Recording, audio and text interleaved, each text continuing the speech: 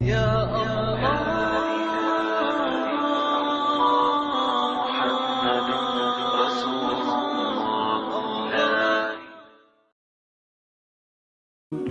And Allahu Akbar, and then you will find the odd few, the likes of Salim ibn Itar, the Qazi of Egypt in the reign of Sayyidina Muawiyah. With regards to him, it is written that he, in one night, he would recite the entire Quran 3 times.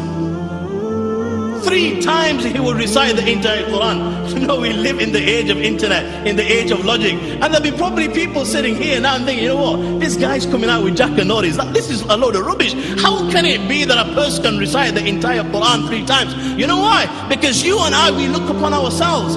We struggle. When we open the book of Allah, we struggle to read a page. It takes about an hour just to read a page. And then all of a sudden the shaitan attacks us. We start yawning and we put the book away.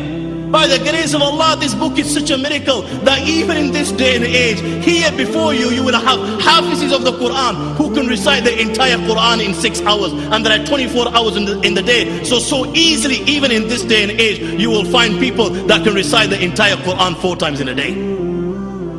And when they would leave this world, you would see the nur of the Quran on their faces and their chest.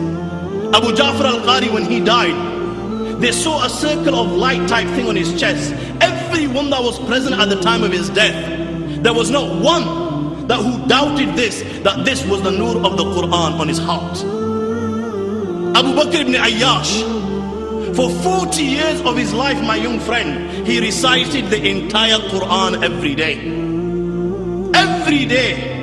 He's on his deathbed and his sister begins to cry. Why? Because now the angels of death will come, and after this it will be Munkar and Nakir, and the questions will be posed. Man Rabbuk, Man Dinuk, Man Hadha Rajul. And she's fearing for her brother. What will be his outcome? So confident he was at the time of his death. Allahu Akbar, this was the level of Iman, that he turns around and says to his sister, why are you crying?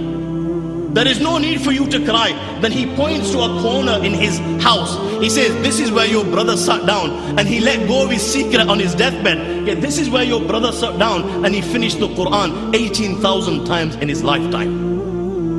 When it came to fasting, you know, today you and I as youngsters, we compete with one another. You know, if your friend's got a house with 3 bedrooms, you need to have a house with 5 bedrooms. You know, if your friend is driving a Mercedes, you want to probably drive, you know, a Lamborghini or a Ferrari or something. You know, in those days they were competing with one another for the akhirah. Amr ibn Qais al-Mala'i, he fasted for 20 years. Dawood ibn Abi Hind came, and you know what? He fasted for 40 years of his life, and with such sincerity that his own family members did not even know that he used to fast. Why? Because he was a silk dealer. He would take his packed lunch from home every day from his wife, and on the way he would see poor people and he would give it as sadaqah. In the evening he would return and he would make iftar with his family. His family would think that during the day he's eaten with the marketeers, and the marketeers would think that he eats with his family every day, and he maintained this secret, and he did this for 40 years of his life. The women were no different.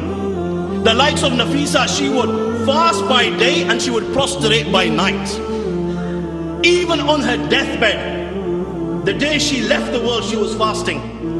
And people are forcing her to break her fast. And she turns around and says to the people, I'm so surprised and shocked at you, because I have been begging Allah for 30 years of my life.